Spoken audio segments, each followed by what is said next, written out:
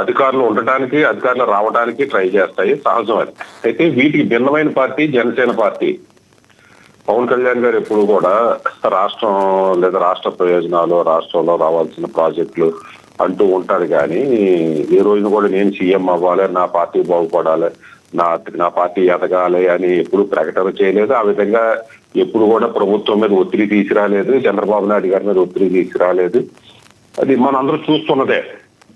దాంట్లో భాగంగానే నిన్నటి మీటింగు రాష్ట్ర ప్రయోజనాల కోసం, రాష్ట్రంలో జరుగుతున్న సంక్షేమం కోసం మాట్లాడి ఉంటారు. అంతే తప్పించి జనసేనకు జరుగుతున్న నష్టం గురించి కానీ, లేదా జనసేనకు రావాల్సిన వాటాలో జరుగుతున్న అన్యాయం గురించి కానీ ప్రస్తావించారని నేను అనుకోవటం లేదు. అటువంటి నిస్వార్థమైన నాయకుడు లేదా తన గురించి, తన పార్టీ గురించి ఆలోచించకుండా ఇంచేపు రాష్ట్రం కోసం, కూటమి కోసం ఆలోచించే నాయకుడు దొరకడం, లేదా పార్టీ దొరకడం తెలుగుదేశం పార్టీ లేదా కూటమి నాయకులు చేసుకున్న అదృష్టంగా భావిస్తాను. అది కాదు సార్, అసెంబ్లీ సమావేశాలు 7వ తరగతి ముగిపోతున్న నేపథ్యంలో మరి ఏ రకంగా మాట్లాడాలి, మరి ఏ సమస్యలను చర్చకు తీసుకురావాలి? ఎందుకంటే వ్యూహం అంటానికి లేదు. ఎందుకంటే వ్యూహం చేయడానికి అక్కడ ఎవరు కూడా ప్రతిపక్షంగా ఉన్న జగన్మోహన్ రెడ్డి గారు కానీ, లేదంటే వైసీపీ కానీ ఎవరు వెళ్ళడం లేదు. కాబట్టి వ్యూహాలు అయితే అవసరం లేదు. కానీ ఏ సమస్య మీద మాట్లాడాలి అన్న దానిపై ఏమైనా మాట్లాడుకునే అవకాశం ఉందంటారా? గట్టిగా ఉన్నప్పుడు, లేదా ప్రతిపక్షం సభకు వచ్చి ఏ వాయిదా తీర్మానాలతోటో, లేదా 0 అవర్లో రైజ్ చేసే క్వశ్చన్స్ తోటో ఇబ్బందికరమైన పరిస్థితులు క్రియేట్ చేసి అసలు ముప్పేట దాడులు చేస్తుందన్న పరిస్థితిలో వ్యూహాలు చర్చించాలి. కానీ అసలు ప్రతిపక్షమే లేనప్పుడు, ఉన్న 10 మంది 11 మంది కూడా సభకు రానప్పుడు ఇంక వీళ్ళకి వ్యూహాలు ఏముంటాయండి? వ్యూహాల మీద చర్చించాల్సిన అవసరం ఉంది. అదే అంటున్నా, వ్యూహాలు కాకుండా ఏదైనా సమస్య ఏదన్నా ఉంటే మనం తీసుకున్నారు, టీటీడీ మీద మాట్లాడారు. అలాగే మరో సమస్య మీద ఏదైనా మాట్లాడి మంత్రులు కూడా వాటి మీద సబ్జెక్ట్ పెంచుకుని దిశానిర్దేశం ఏమైనా జరిగే అవకాశం ఉందంటారా? ఇప్పుడు నేను ఇప్పుడే చూసా, సాక్షి పేపర్లు ఏం రాశారంటే టీటీడీ చైర్మన్ బిఆర్ నాయుడు గారి గురించే చర్చించారు. తర్వాత అతని మీద మన చెడ్డ పేరు వస్తుంది, అతను తప్పిందావా లేదని చర్చలు పడ్డారో దాని గురించే జరిగిందని సాక్షి మీడియా రాస్తుంది. మన తెలుగుదేశం సోదరులు ఏమంటున్నారంటే అభివృద్ధి గురించే చర్చించారు తప్పించి రాష్ట్రం ఎలా ముందుకు వెళ్ళాలి, ఏ ప్రాజెక్ట్ ఎలా ముందుకు తీసుకెళ్లాలి, ఇంకా ఏ విధంగా ప్రజలకు దగ్గర అవ్వాలి అని మన తెలుగుదేశం సోదరులు చెప్తున్నారు. అయితే ఇక్కడ గమనించాల్సిన పాయింట్ ఏంటంటే జనసేన నుంచి ఎవరు చర్చించడంలా. ఒకప్పుడు పవన్ కళ్యాణ్ గారు, చంద్రబాబు నాయుడు గారు కలుస్తుంటే మీడియాలో ముందు నుంచి ఎంత హైప్ వచ్చేది. అలాగే ఈ జనసేన పార్టీ శ్రేణులు కానీ, తెలుగుదేశం పార్టీ శ్రేణులు కానీ చర్చించుకునేవి. తర్వాత కూడా అది వస్తుంది, ఇది వస్తుంది, లేదు అది రాలేదు, ఇది రాలేదని ఆశతోటో నిరాశతోటో వాదించుకునేవారు, ఒకరు ఫార్వర్డ్ చేసుకునేవారు. అది కనిపించడం లేప్పుడు తెలుగుదేశం వాళ్ళకి ఒక ధీమా, పవన్ కళ్యాణ్ గారు మనల్ని ఏం అడగడం, మనం ఏం చేసినా పట్టించుకోరో, సో ప్రజల గురించే మాట్లాడతాడు సో అనే ధైర్యం తెలుగుదేశంలో ఉంది.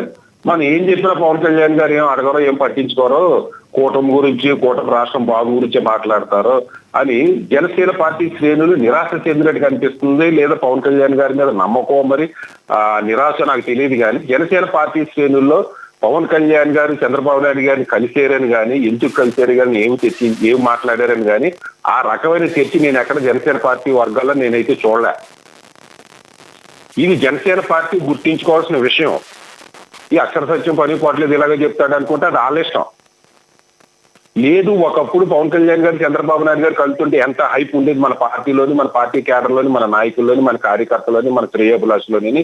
ఇప్పుడు ఎందుకు లేదు, లేదు ఉంటే ఎందుకు తగ్గింది, దానికి కారణం ఏంటి, దాని పటిష్టానికి లేదా పునర్నిర్మాణానికి లేదా వీళ్ళు ఒక ఊపు తీసుకురావడానికి ఏం చేయాలి అనేది పవన్ కళ్యాణ్ గారు ఒకసారి ఆలోచించి తగిన చర్యలు తీసుకుంటే అది కూటమికి మంచిది, తెలుగుదేశానికి మంచిది, జనసేనకి మంచిది, రాష్ట్రానికి మంచిది. లేదు అంటే అది వారు వన్ సైడ్ అయిపోతుంది అన్నట్టుగా వన్ సైడ్ మారిపోతున్నారేమో అనే అనుమానాలు నాకు కలుగుతున్నాయి. మాట్లాడదాం. ఇందాక కాస్త సమయం తక్కువ మాట్లాడారు ఆయన. విజయకిరణ్ గారు, ఏంటి సార్ ఈ అంగన్వాడీల పరిస్థితి ఏంటి? వాళ్ళు ధర్నా చేస్తున్నారు, వాళ్ళ డిమాండ్స్ ఏంటి? మీరు అంగన్వాడీలు ఎందుకు వాళ్ళ యొక్క డిమాండ్స్ని నెరవేర్చలేకపోతున్నారంటే ఏం చెప్తారు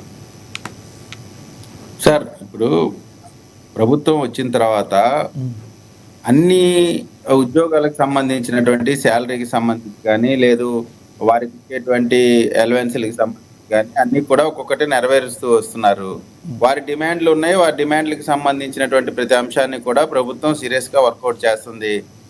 ఇప్పుడు ప్రజాస్వామ్యంలో ఎవరైనా సరే నిరసన తెలియపరిచేటువంటి హక్కు అందరికీ ఉంటది. సో వాళ్ళకు ఉండేటువంటి అంశాలపైన వాళ్ళు నిరసన వ్యక్తం చేశారు. దాన్ని ఎక్కడా కూడా అణిచివేసే విధానంగా కాకుండా వారికి స్వేచ్ఛగా వారి నిరసన వ్యక్తం చేసే పోలీసులు అరెస్ట్ అయితే చేశారు కదా వాళ్ళని. పోలీసులు సార్ నిరసన చేయటం, తర్వాత అరెస్ట్ చేయటం, తర్వాత వాళ్ళని వదిలేయటం అనేటువంటిది ఏ నిరసన కార్యక్రమం జరిగినా అదే కార్యక్రమం జరిగింది.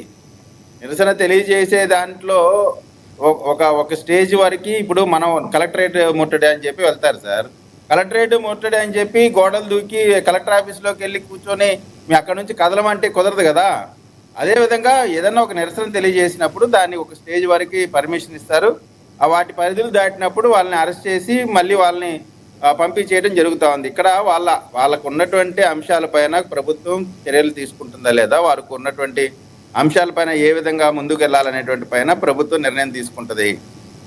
మోహన్ రెడ్డి గారు అనేకమైనటువంటి విమర్శలు చేశారు. ఇప్పుడు ఓన్లీ కేవలం జగన్మోహన్ రెడ్డి గారిని పొగడటం మాత్రమే ఎజెండాగా పెట్టుకున్నారు తప్ప మేము మన ప్రభుత్వంలో చేసినటువంటి తప్పులేంటి, తద్వారా మనకు వచ్చినటువంటి నష్టం ఏంటి అనేటువంటి ఆత్మ పరిశీలన చేసుకునేటువంటి పరిస్థితిలో వైఎస్ఆర్ కాంగ్రెస్ పార్టీ లేదు. కాబట్టే ఇప్పటికి కూడా వాళ్ళ అస్తిత్వానికే వాళ్ళ మనుగడకే ప్రశ్నార్థకమైనటువంటి పరిస్థితి వచ్చింది. క్రేజ్ ఎందుకు పెరిగింది చెప్పండి? జగన్ గారికి క్రేజ్ పెరగడానికి ఒక కారణం చెప్పండి.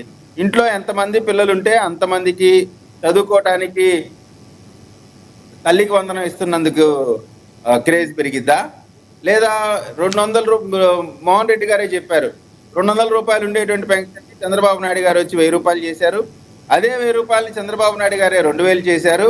2000 చేసినటువంటి చంద్రబాబు నాయుడు గారి పరిపాలన తర్వాత జగన్మోహన్ రెడ్డి గారు 3000 చేస్తారని చెప్పి విడతల వారీగా చేసి 5 సంవత్సరాలు పట్టింది 3000 చేయడానికి.